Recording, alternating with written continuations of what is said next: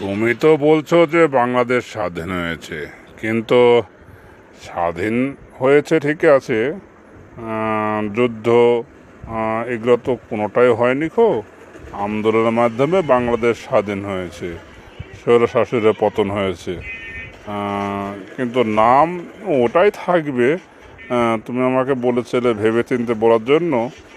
আমাদের দেশটার নাম বাংলাদেশই থাকবে, কারণ আমরা বাঙালিরা এই দেশে থাকি, সেজন্য বাংলাদেশি নামটা থাকবে।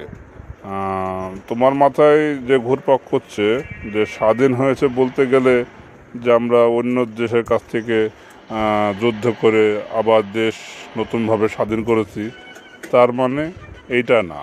তার মানে হলো যে একটা স্বৈরশাসক ছিল, তাকে তাড়িয়ে দিয়ে আমরা নতুনভাবে নতুন একটা নির্বাচনের মাধ্যমে দেশে একটা স্বাধীনভাবে গণতন্ত্র প্রতিষ্ঠা করি।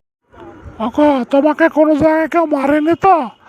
আমি তো খুব চিন্তার মধ্যে ছিলাম।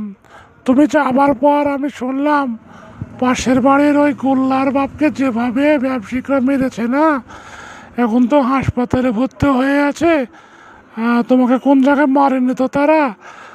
আমাকে তো জেনে শুনে যাবা তো, আমি তোমাকে সব কিছু বলে দেবো যে বাজারে গেলে ব্যবসায়িকরা এভাবে তোমাকে পেঁদাবে।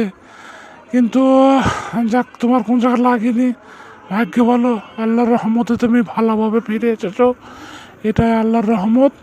ওটা সব ফালতু নিউজ, ওরা খালি শুধু বলেছে, ফেসবুকে দিয়েছে, এটাই শুধু। কার্যকর এখনো হয়নি। কার্যকর কোনোদিন হবে কি না এও ভরসা। আমরা সাধারণ জনগণই থাকবো, আমরা জনগণের মতনই থাকবো। সব কিছু ফেসবুকে কম হয়ে থাকবে আমাদের